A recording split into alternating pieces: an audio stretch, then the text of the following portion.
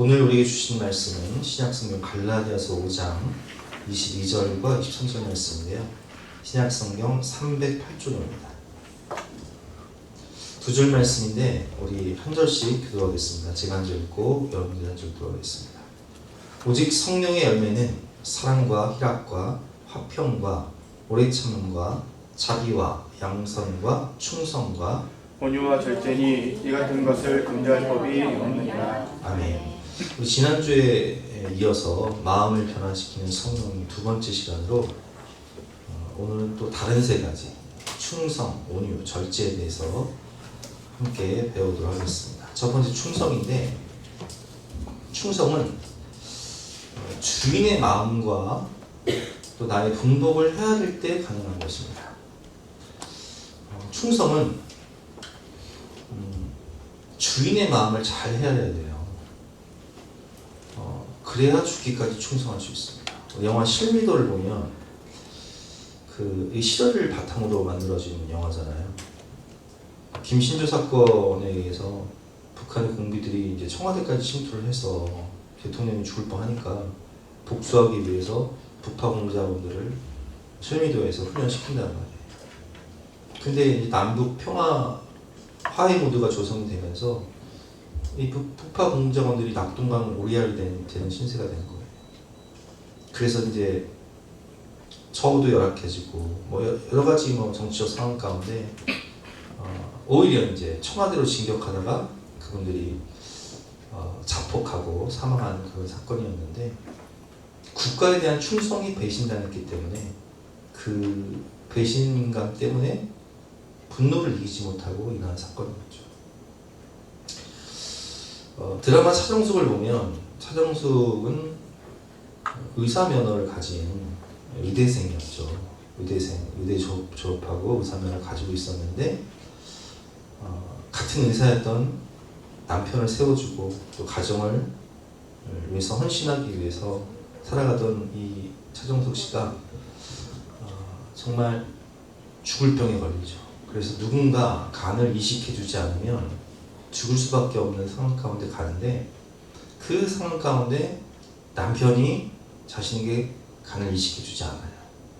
평생 자기가 남편을 위해서 가족을 위해서 헌신을 했는데, 그래서 이제 가족에 대한 배신감 때문에 자기의 삶을, 의사로서의 자기의 삶을 추구하는, 살아가는 변화된 모습으로 살아가는 모습을 볼 수 있습니다.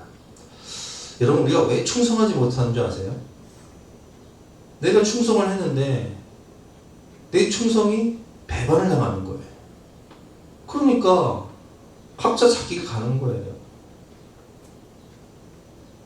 여러분, 우리가 그리스도인들은요, 예수 그리스도를 구원자, 주인, 구주로 영접한 사람들입니다. 그 우리의 주인은 누구예요? 예수 그리스도. 그러므로 우리는 우리의 충성의 대상이 되시는 삼위일체 하나님, 우리의 주인이 어떤 분인지를 확실히 알아야 정말 목숨 걸고 죽기까지 충성할 수 있는 거예요. 요한계시록 2장 10절 말씀이죠. 내가 죽도록 충성하라. 그리하면 내가 생명의 관을 내게 주리라. 그래서 우리는 하나님이 어떤 분이신가, 그걸 정확히 알아야 돼요. 마태복음 25장을 보면 달란트 비유가 나오는데, 이 달란트 비유를 보면 어떤 주인이 탐구를 하면서 종들을 불러요. 그래서 그 종들을 불러서 그 재능대로 각각 한 사람에게는 5달란트를 주고, 또 한 사람에게는 2달란트를 주고, 또 다른 사람에게는 1달란트를 줘요. 근데 이 5달란트가 얼마냐? 여러분, 1달란트가요 6,000데나리온. 6,000데나리온이면 한 데나리온이 하루 일당이니까 6,000데나리온이면 약 20년치 연봉이에요. 작은 돈이 아니에요. 어마어마한 돈을 1달란트 준 거예요. 2달란트는 40년치 연봉, 또 5달란트 준 거예요.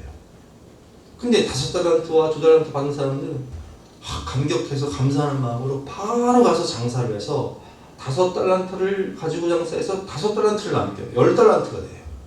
2달란트 가진 사람도 마찬가지로 배로 남겨요. 근데 1달란트 가진 사람은요, 그거를 그냥 땅에 묻었다가 주인이 돌아오자 그냥 돌려주는 거예요. 주인이 돌아와서 결산을 합니다. 19절 말씀이죠. 오랜 후에 그 종들의 주인이 돌아와 그들과 결산할세 5달란트 받았던 자는 5달란트를 더 가지고 와서 이르되 주인이여 내게 5달란트를 주셨는데 보소서 내가 또 5달란트를 남겼나이다.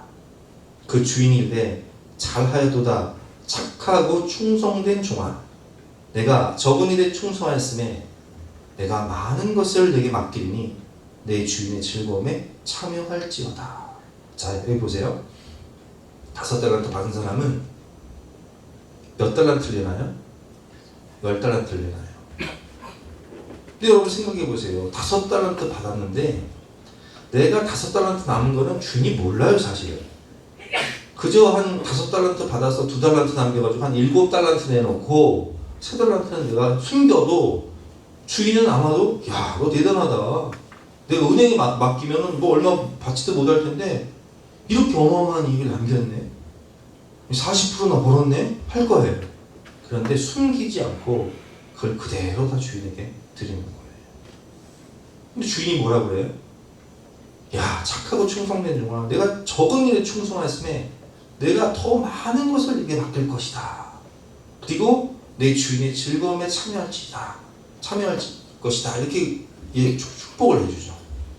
근데 2달란트 받은 사람도 똑같이 이제 그렇게 하는데 1달란트 받은 사람은요 이렇게 말합니다. 24절 말씀에 보면 1달란트 받던 자는 와서 이르되 주인이여 당신은 굳은 사람이다. 여기서 굳은 사람이라는 뜻은 구두쇠, 수전노, 날강도 이런 뜻이에요. 심지 않은 데서 거두고 그 날강도니까 심지 않은 데서 거두죠.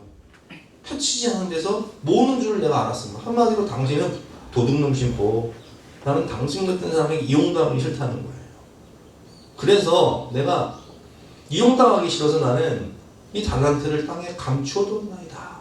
보소서 당신의 것입니다 하면서 그대로 1달란트를 주는 거예요. 주인이 뭐라고 말합니까?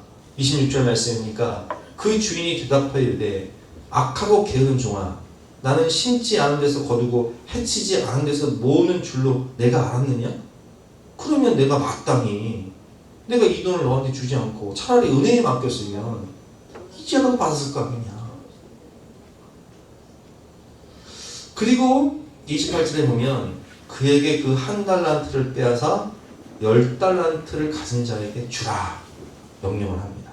그리고 이렇게 말씀하죠. 무릇 있는 자는 받아 풍족하게 되고 없는 자는 그 있는 것까지 빼앗기리라.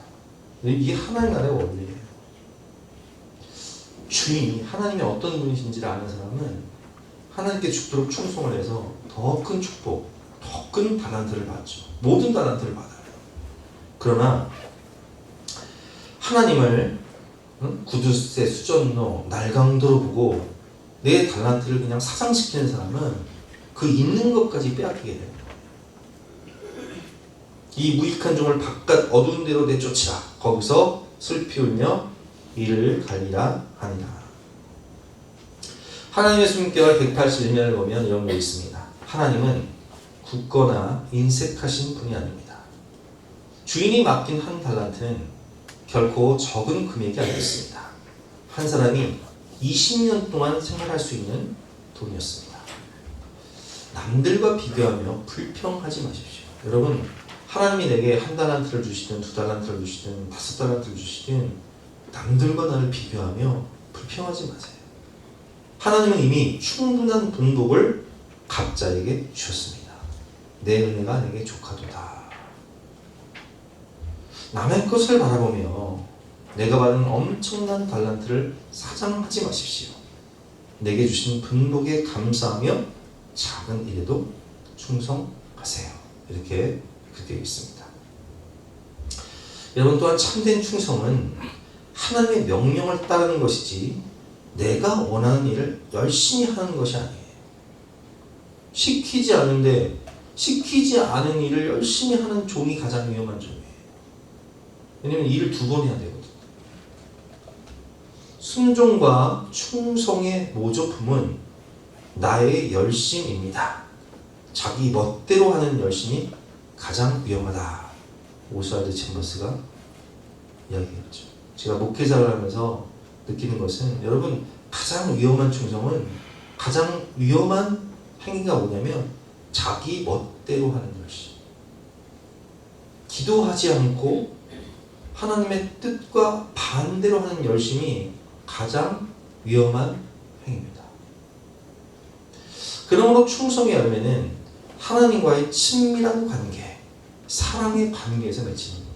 주인의 뜻을 알고 하나님의 뜻을 알고 충성을 해야 하나님이 기뻐하시는 거예요. 그래서 순종이 제사보다 낫다. 사무엘상 15장 22절에 나와 있는 것입니다.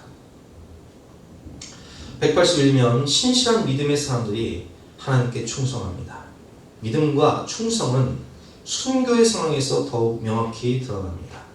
초대교회 당시 서머나 교회의 감독이었던 폴리캅은 86세에 순교했습니다. 로마 제국이 그를 회유하려 하자 폴리캅은 다음과 같은 말을 남겼습니다. 예수님은 86년 동안 나에게 한 번도 거짓을 말씀하신 적이 없어. 예수님은 한 번도 나를 배신하신 적이 없어. 내가 어찌 구차한 생을 살겠다고 거짓말을 하겠어. 이 서머나의 총독이요, 폴리캅 친구였어요. 그러니까 어떻게든 이 폴리캅을 살리기 위해서 폴리캅에게 한 번만 예수를 부인해라. 넌 살 수 있다. 이렇게 회유를 하는데, 내가 86년의 인생을 살면서 주님은 나를 한 번도 배신한 적이 없는데 내가 어찌 배신하겠냐 하면서 장렬하게 화형을 당하면서 순교합니다. 그래서 이제 지금 이 서머나에 가면요, 이 서머나가 지금의 터키 땅인데, 터키는 이슬람이잖아요. 강경 이슬람인데 유일하게 소아시아 7교회 중에서 지금도 남아있는 교회가 서머나 교회예요. 2000년 정도. 대단하지 않습니까? 왜냐하면 이 폴리캅의 이 순교의 정신이 그 교회에 흐르기 때문에 지금도 이 주일날 예배를 드리는 교회가 서머나 교회입니다. 181면에 보면 이런 글이 있습니다. 종이 신실함을 잃으면 주인인 양 살게 됩니다. 여러분, 우리가 신실함을 잃으면요, 말로는 하나님이 나의 주인이다, 예수님이 나의 주인이다 말해놓고 내가 주인인 양 살게 되는 거예요. 청지기 인생을 살지 못하는 거예요. 주인이 더디 온다고 해서 안 오는 것이 아닙니다. 주인이 모든 것을 결선하기 위해 회개하러 올 날이 반드시 옵니다. 예수님도 반드시 오리라고 말씀하셨습니다. 때를 알 수 없다고 신실함과 믿음을 잃으면 본분도 사명도 잃게 됩니다. 그래서 초대교인들은 인사가 뭐였냐면 마라나타 이렇게 인사했어요. 뜻이 뭐냐면 주 예수여 어서 오시옵소서.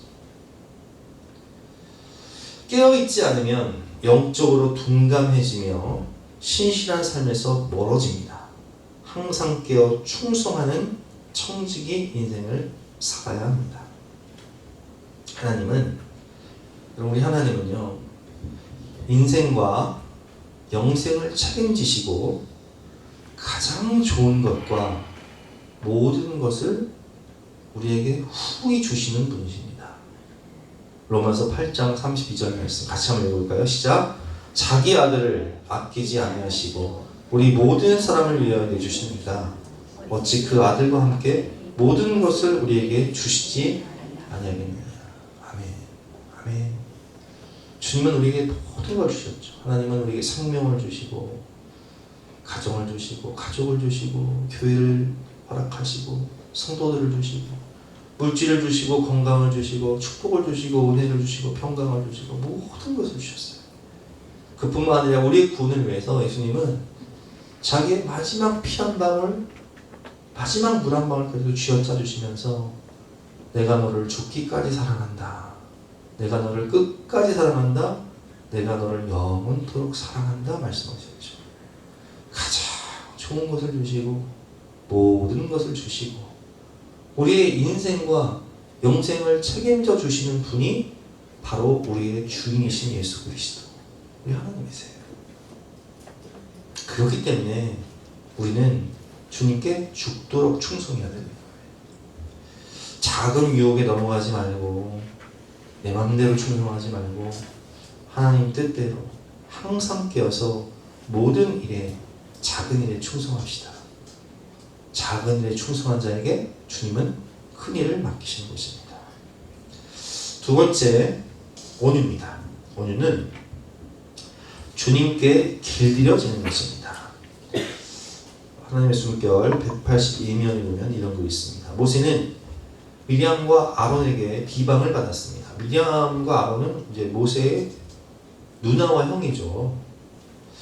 표면상으로는 구스 여인과의 결혼이 문제였어요. 왜냐하면 모세 오경에 보면 모세가 하나님께 받은 모세 오경에 보면 이방 여인과 결혼하지 말아라 돼 있는데, 구스는 아프리카, 그러니까 이제 지금으로 하면 흑인이죠. 흑인 여인과 결혼을 해요. 그러니까 이게 이제 미리암과 아론이 와서 이거 어떻게 그럴 수 있느냐 따지면서, 하나님이 너랑만 얘기하시냐? 우리랑도 말씀하시지 않냐? 모세의 지도력을 이제 흔드는 거예요. 논점은 곧 모세의 지도력으로 옮겨갔습니다. 모세가 두 사람의 비방에 반응했다는 내용이 없어요. 다만 모세의 온유함이 모든 사람보다 승하였더라라는 말씀이 있죠. 더했다는 기록만 있습니다. 성경은 우리에게 분노를 다스리라고 말합니다. 온유를 뜻하는 헬라어 프라우테스 역시 사나운 야생마가 잘 길들여진 명마로 변화된 상태를 의미합니다. 여러분 그 영화 아바타 보셨죠? 아바타를 보면 그 사나운 그 새가 다 막 주인의 뜻에 따라서 막 자유롭게 막 하늘을 나는 그런 명마로 변화되는 걸 볼 수 있지 않습니까? 이 온유도 그런 거예요. 사나운 야생마가 잘 길들여진 명마로 변화된 상태가 바로 온유예요. 길들여진다는 말에는 오랜 인내와 훈련의 과정이 전제되어 있습니다. 그래서 명마는요, 휘파람 탁 불면 탁 멀리서도 달려오잖아요. 왜 그래요? 훈련되었기 때문에. 그렇다고 불의에 대해 눈 감는 것이 아닙니다. 즉각 반응하는 것이 아니라 하나님의 뜻대로 반응하는 것이 온유입니다. 왜 온유해야 할까요? 원수를 갚는 것이 나에게 있지 않고 하나님께 있기 때문입니다. 하나님 뭐라고 말씀하셨죠? 원수는 내가 갚으리라. 모세가 본래부터 온유한 사람은 아니었습니다. 혈기로 인해 살인까지 저지른 사람입니다. 모세가 40세 때 이집트 왕자일 때 자기의 동족을 괴롭히는 애굽 사람을 돌로 쳐 죽이잖아요. 그러나 모세는 더 이상 육을 따르지 않게 되었습니다. 하나님과 대면하며 어느새 하나님을 닮아가고 있습니다. 그래서 바라보면 닮게 되는 거예요. 그리고 주님을 바라보면 주님을 닮게 되는 거예요. 부부도 닮게 되잖아요. 제가 부부는 닮는다고 설교했더니 조정원님이 저한테 그러시더라고요. 목사님 근데요, 식성은 안 닮아요. 식성은 안 닮는다고 그러시더래요. 그래요 여러분? 어쨌든 바라보면 닮게 되는 것입니다. 두 사람의 비방은 모세를 향했지만 그 비방을 듣고 행동하신 분은 하나님이었습니다. 결국 하나님이 미리암과 아론을 불러서 그들을 책망하시고, 그리고 미리암이 나병에 걸리지 않습니까? 문둥병에 걸려요. 모세는 화를 참는 것에서 그치지 않고 미리암을 고쳐달라고, 살려달라고 중보기도를 해서 그 기도를 통해서 미리암이 낫게 되죠. 미리암이 회개하고 낫게 됩니다. 예수님은 온유한 모습으로 십자가를 지셨습니다. 아버지, 저들을 사하여 주옵소서. 자기들이 한 것을 알지 못함이니이다. 이렇게 기도하셨죠. 예수님은 십자가 주변에 둘러싼 모든 사람을 위해 중보하며 기도하셨습니다. 길들여지는 것은 경건의 훈련을 통해서 가능합니다. 인간의 노력과 의지로 되는 것이 아닙니다. 날마다 하나님을 닮아가며 분노와 보복의 감정을 내려놓을 때 그리스도인의 삶에는 온유가 맺히는 것입니다. 온유한 마음의 본이 되시는 예수님을 바라보며 그분의 성품을 닮아가야 되는 거예요. 마태복음 11장 28절 말씀에 보면 수고하고 무거운 짐진 자들아 다 내게로 오라. 내가 너희를 주게 하리라. 나는 마음이 온유하고 겸손하니 나의 멍에를 메고 내게 배우라. 뭘 배우라고요? 온유하고 겸손한 마음을 배우라는 거예요. 그리하면 너희 마음이 쉼을 얻으리니. 내가 복수해야 돼. 내가 해결해야 돼. 이런 마음 다 내려놓고 원수를 갚아주신 하나님께 모든 걸 내려놓고 수고하고 무거운 모든 짐을 다 내려놓고 온유하고 겸손하신 주님의 마음을 배우면 우리 마음이 쉼을 얻는다는 거예요. 이는 내 멍에는 씻고 내 짐은 가벼우니라. 그러면 인생이요 굉장히 자유로워져요. 기쁘고 행복해져요. 왜냐하면 주님께 모든 걸 맡기기 때문에. 온유의 표상은 누구시라고요? 예수 그리스도. 주님은 칼로 복수하려는 베드로를 향해 칼을 내려놓아라. 칼로 일어선 자는 칼로 망하느니라 말씀하셨죠. 그리고 예수님은 하나님의 방법으로 곧 십자가의 복음과 부활의 산소나 평화의 복음으로 내가 세상을 이겨노라. 세계를 정복했던 로마를 이겨버리셨어요. 로마가 기독교 국가가 되지 않습니까? 늘 깨어 기도하며 성령께 순종하며 주님께 길들여지는 온유한 그리스도인이 되시기를 주님의 이름으로 축원합니다. 아멘. 주님을 바라보고 기도하며 주님이 그 온유함을 주시는 거예요. 하나님은 당신의 뜻대로 반응하며 온유의 열매를 맺는 자들에게 하나님의 나라를 맡기십니다. 마태복음 5장 5절 말씀 같이 한번 읽어볼까요? 시작. 온유한 자는 복이 있나니 그들이 땅을 기업으로 받을 것입니다. 여러분 성경을 보면 정말 이런 실례가 많아요. 다윗은 사울 왕을 2번이나 죽일 수 있는 기회가 있었어요. 사울 왕이 다윗을 죽이기 위해서 3,000명의 군사들을 데리고 매일 유대 광야를 추격을 하죠. 여러분 다윗이 잘못한 게 뭐가 있습니까? 그저 나라를 구하기 위해서 사울 왕의 충신으로서 블레셋과의 전쟁에서 이기고 승리하고 돌아오니까 여인들이 사울은 천천히요 다윗은 만만히로다 노래를 하는 거예요. 그 노래를 들으면서 사울이 저 다윗 저놈이 이제 왕이 되겠구나. 내가 저놈을 죽여버리겠다 생각하고 추격을 하잖아요. 그런데 사울을 2번이나 죽일 수 있는 기회가 있었지만 그는 신하들을 말립니다. 왜? 하나님이 기름 부으신 하나님이 세우신 왕에게 우리가 어찌 손을 대겠느냐. 하나님이 갚아주셔야지. 그리고 하나님께 맡겨요. 복수하지 않고 하나님께 맡겼던 다윗의 온유함. 결국 하나님이 이 사울왕 블레셋과의 전투에서 전사하게 하시죠. 하나님이 갚아주세요. 그리고 이스라엘의 통일 왕국의 왕으로 다윗을 딱 세워주시는 거예요. 그 모든 땅을 다윗이 차지하는 거예요. 그래서 다윗은 시편 37편에서 이렇게 고백을 하고 있습니다. 자기의 삶의 간증이죠.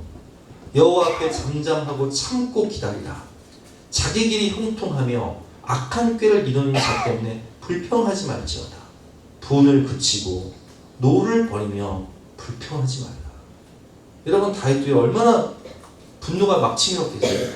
10년 동안 추격을 당하는데 분을 그치고 노를 버리며 불평하지 말라. 오히려 악을 만들 뿐이다. 진실로 악을 행하는 자들은 끊어질 것이나 여호와를 소망하는 자들은 땅을 차지하리로다. 다윗이 땅을 차지한 다음에 고백하는 거예요. 잠시 후에는 악인이 없어지리니 내가 그것을 자세히 살필지라도 없으리로다. 그러나 온유한 자들은 땅을 차지하며 풍성한 화평으로 즐거워하리로다. 아멘. 온유한 자는 복이 있나니 그들이 땅을 차지할 것이니. 그 말씀은 그대로 이루어지는 거예요. 여러분 그래서 우리는 주님을 바라보며 온유해야 돼요. 하나님께 모든 걸 맡기고 하나님께 기도할 때 주님을 닮아갈 때 주님이 우리를 이기게 하시고 땅을 축복을 주시는 거예요. 세 번째 절제입니다. 절제는 하나님의 방법대로 다름질하는 것입니다. 183면에 보면 이런 글이 있습니다. 절제는 나와 남에게 덕이 됩니다. 절제의 헬라어 네프는 술 취하지 않은 건전함, 중독으로부터의 자유를 의미합니다. 절제하는 사람은 중독에 걸릴 일이 없겠죠. 술 취하지 않을 거예요. 절제의 사전적 의미는 알맞게 조절함, 방종하지 않도록 자기 욕망을 이성적으로 제어함. 근데 여러분 이 이성으로 이게 잘 제어가 됩니까? 잘 안 돼요. 사전적 의미는 그런데 이게 잘 안 되는 거예요. 인간의 힘으로는 어려운 거예요. 절제하는 사람은 자기를 지킬 수 있을 뿐 아니라 분수와 도리를 지킴으로써 상대방에게 신뢰를 범하지 않게 됩니다. 감정이나 분위기에 휩쓸리지 않고 바르게 분별할 수 있습니다. 인생은 다름질, 즉 마라톤과 같습니다. 마라톤을 하는 동안 여러 변수를 만나고 환경의 영향을 받습니다. 어떤 상황에서도 최상의 컨디션을 유지하기 위해서는 조절하고 훈련하는 과정이 필요합니다. 절제는 쉽지 않습니다. 제가 이 마라톤을 안 해봤는데 1년에 한 번 정도는 제가 한라산을 등반을 해요. 정상에 뭐 가늠사 코스나 뭐 성판화 코스를 통해서 올라가는데 재걸음으로 올라가면은 이제 왕복 한 10시간, 11시간 이렇게 걸려요. 굉장히 힘들어요. 근데 제가 이제 친구들이랑 같이 가면 제 친구 중에는 저 동두천에서 목회하는 친구가 있는데 그 친구는 맨날 소요산, 그 의정부 소요산이라고 있어요. 높은 산이에요. 거기에 올라가서 산기도 하는 애예요. 그 친구는 막 진짜 날다람쥐야. 한라산 정상을요 2시간 20분 만에 올라가요. 그러니까 왕복회는 뭐 5시간이면 올라갔다 내려오면 5시간밖에 안 걸려요. 저랑은 발걸음이 안 맞아요. 걔 쫓아가다가는 아주 내가 골병들어가죠. 그래서 그 친구랑 그 한라산에 가면 야 너는 너대로 가고 나는 나대로 가자. 먼저 보내. 그럼 그 친구가 정상 갔다가 찍고 내려와서 숙소 가서 샤워하고 밥 먹고 쉬고 저 데려와요. 제 걸음에 맞춰서 가는데 제가 한라산 올라갈 때는요 이제 막 빠르게 올라가시는 분들은요 어린애도 그렇고 막 여자분들도 그렇고 막 물병 하나 들고 쑥 올라가요. 그럼 제가 거기 열받아가지고 내가 추격해가지고 갔다가는 퍼져서 못 가요.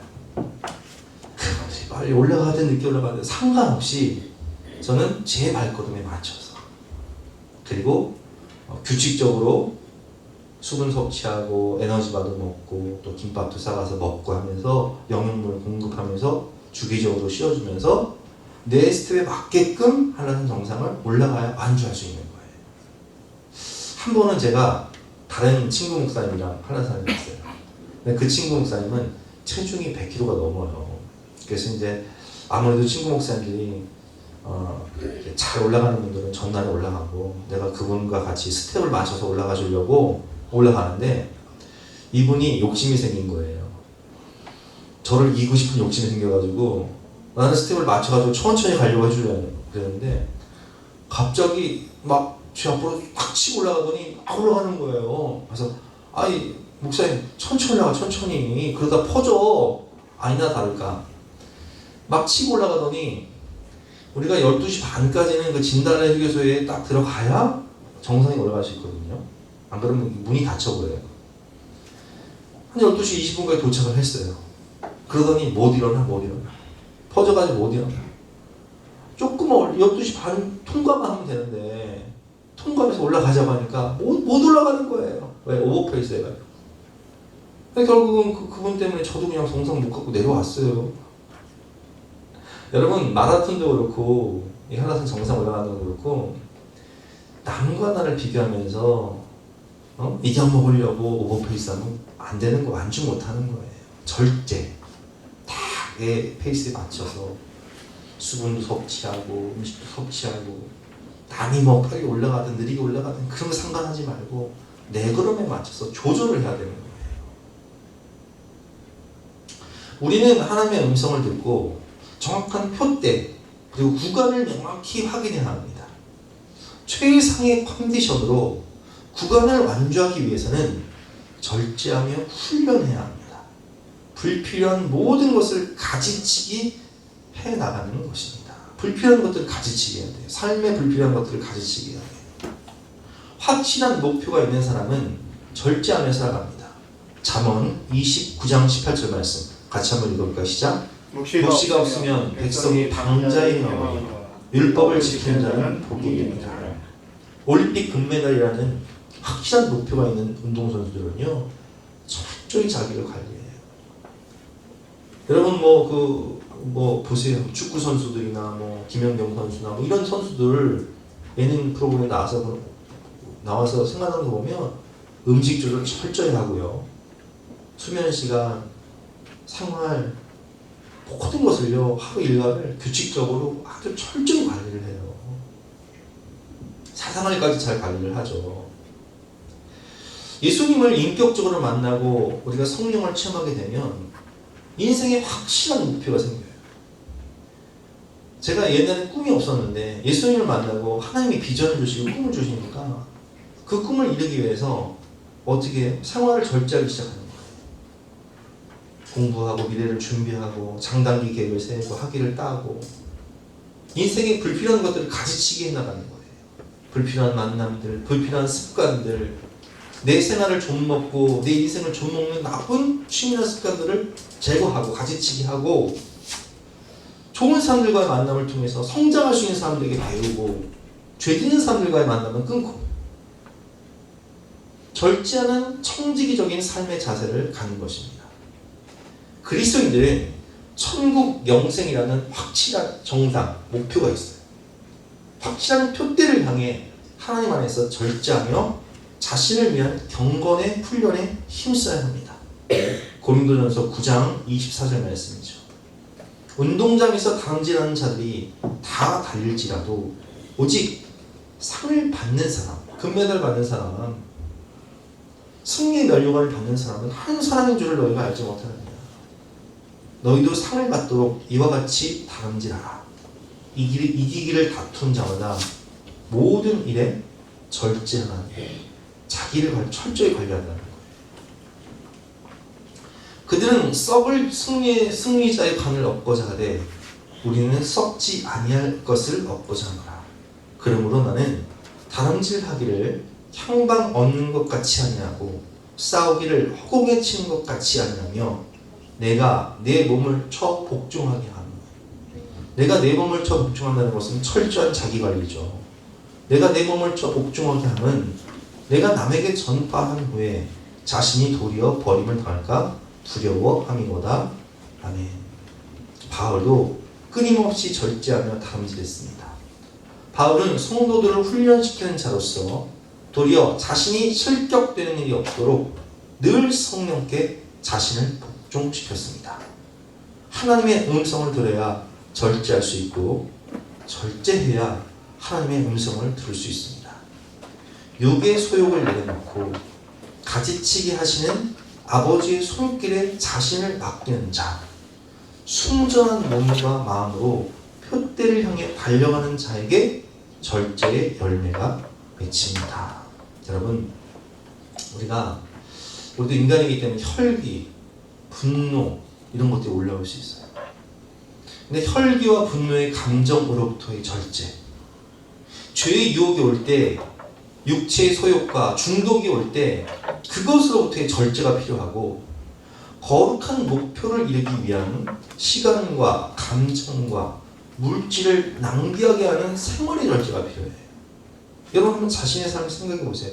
내 시간과 감정과 물질을 낭비하게 하는 이렇게 사단이 내 마음 가운데 와서 야 너 이거 해 하면서 시간을 낭비하게 하고 또 미래를 좀먹고 감정을 낭비하게 하고 물질을 낭비하게 하는 나쁜 취미나 습관이 있는지 한번 살펴보세요. 그런 것이 있다면요 살펴보고 제거를 해야 돼요. 중요한 것은 하나님과의 거리입니다. 하나님과의 거리가 적당해야 절제할 수 있는 거예요.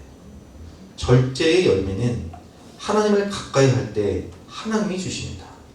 늘 경건에 힘써 기도와 말씀으로 훈련을 하며 성령으로 절제하여 거룩한 목표를 향해 달려갑시다. 내 육체의 소욕, 내 의지로는요 안 되는 거예요. 경건에 힘써 주님이 절제 열매를 주셔야 그 죄도 끊을 수 있고 그 중독도 끊을 수 있고 그 나쁜 취미, 내 시간과 내 감정과 내 물질을 좀먹는 그 나쁜 습관을 끊을 수 있는 거예요. 오늘 결론입니다. 우리 세 가지 배웠는데 가장 좋은 것과 모든 것을 주시는 좋으신 하나님을 신뢰하며 죽도록 충성합시다. 주님은 우리를 사랑하시되 영원토록 끝까지 죽기까지 사랑하시며 후히 주시되 인생과 영생을 책임져 주시는 분이시기 때문에 우리가 충성해야 되는 거예요. 사람에게 충성하면 배신당할 수 있지만 하나님은 우리를 결코 떠나지 아니하시고 버리지 아니하세요. 모든 것을 보시고 다 갚아주시죠.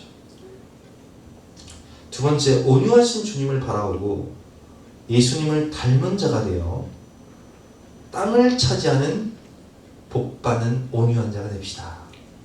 세 번째, 하나님이 주신 거룩한 목표를 표대를 바라보면서 경건에 힘쓰고 내 삶의 불필요한 습관들, 혈기, 인생을 좀먹는 시간과 감정을 낭비하게 하는 그 모든 것들을 가지치게 하는 절제의 열매를 통하여 승리의 관을 얻는 저와 여러분 되시기를 주님의 이름으로 축원합니다. 아멘. 네, 함께 찬양하고 기도하는 시간 갖도록 하겠습니다.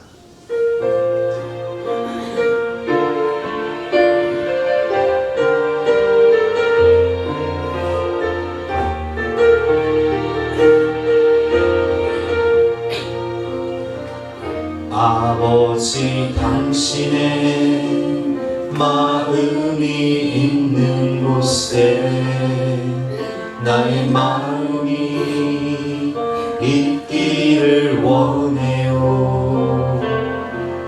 아버지 당신의 눈물이 고인 곳에 나의 눈물이 고이길 원해요.